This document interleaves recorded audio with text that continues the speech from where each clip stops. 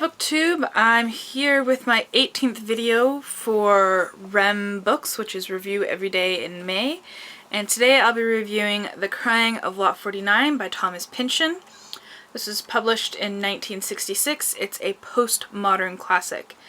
It's the story of Oedipa Maas, who has been named the executor of her ex-boyfriend's will. But he was a bit of a prankster and has left her something other than this duty, and she becomes embroiled in a mystery that involves mail and delivery of mail, and something called the Breder-Meinhof phenomenon, which is where you hear about something that's kind of odd or obscure or rare, and you encounter it repeatedly afterwards, and it keeps coming up and keeps coming up. In her case, it's this image of a muted horn, and that is what starts her investigating the meaning behind that horn and the mystery that embroils. It's a very short book. It's 183 pages, and it's really easy to read. It's laced throughout with humor, and lots of really introspective parts. I want to read you two passages to kind of exemplify that. This first one is kind of a humorous scene. Here, let's just hop into it here. Oedipa skipped into the bathroom, which happened also to have a walk-in closet, quickly undressed, and began pinning on as much as she could of the clothing she'd brought with her. 6 pairs of panties in assorted colors, girdle, 3 pairs of nylons, 3 brasiers, 2 pairs stretch slacks, 4 half-slips, 1 black sheath, 2 summer dresses, half-dozen A-line skirts, 3 sweaters, 2 blouses, quilted wrapper, baby blue peignoir, and an old Orlon muumuu. Bracelets then, scatterpins, earrings, a pendant. It all seemed to take hours to put on, and she could hardly walk when she was finished. She made the mistake of looking at herself in the full-length mirror and saw a beach ball with feet and laughed so violently she fell over, taking a can of hairspray on the sink with her. The can hit the floor, something broke, and with great outsurge of pressure the stuff commenced atomizing, propelling the can swiftly about the bathroom. Metzger rushed in to find Oedipa rolling around, trying to get back on her feet, and a great sticky miasma of fragrant liqueur. "Oh, for Pete's sake," he said in his baby Igor voice. The can, hissing and malignantly, bounced off the toilet and whizzed by Metzger's right ear, missing by maybe a quarter of an inch. Metzger hit the deck and cowered with Oedipa as the can continued its high-speed caroming. From the other room came a low, slow, deep crescendo of naval bombardment, machine gun, howitzer, and small arms fire, screams and chopped-off prayers of dying infantry. And I'm gonna stop there. I found that quite funny, just the imagery that he creates there of this woman wearing all these different clothes and laughing so hard at herself, and the hairspray flying around the room, and a guy coming and going like, WTF, what's going on? I found that was really quite hilarious.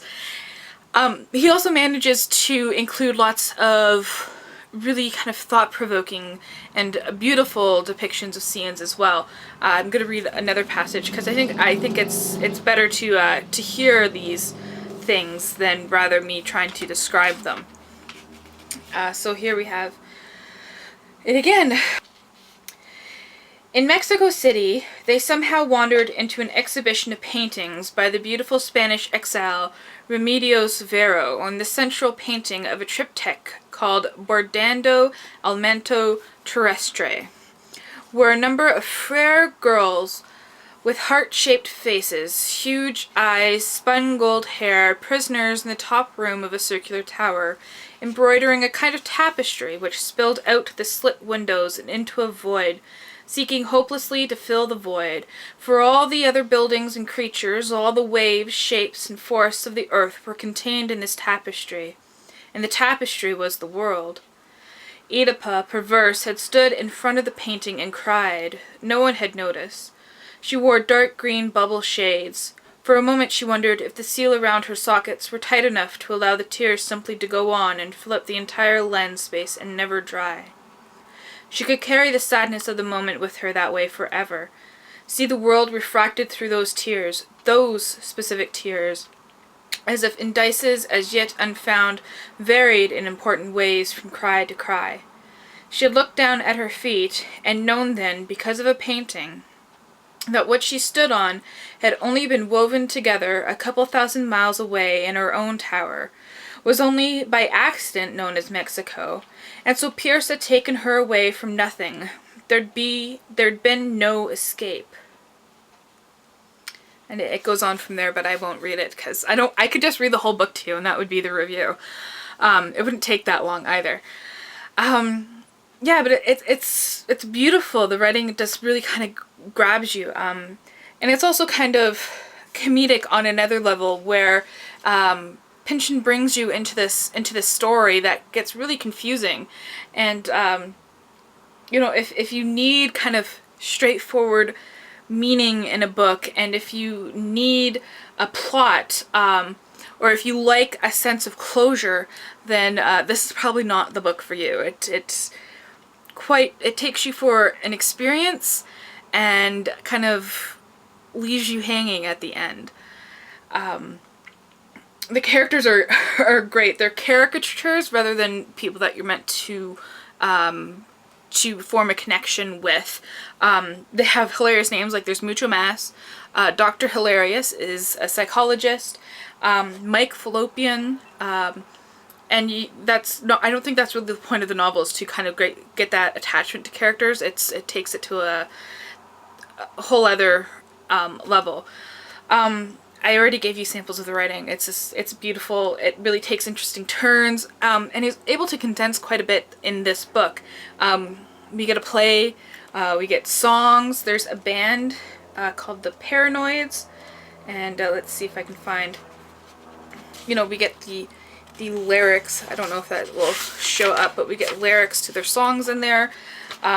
We get factual and fictional history that are kind of mushed together, an exploration of Freudian psychology, the benefits and drawbacks of LSD, and descriptions of art. Like, there's a whole lot going on, and that's on top of what he's trying to get across in the novel, which we don't really know. There's no straightforward meaning. You can argue that it's about the futility of communication, but to other people it may mean some other things, or that may not even be his meaning. We don't know, which I think is what makes this book really good. That kind of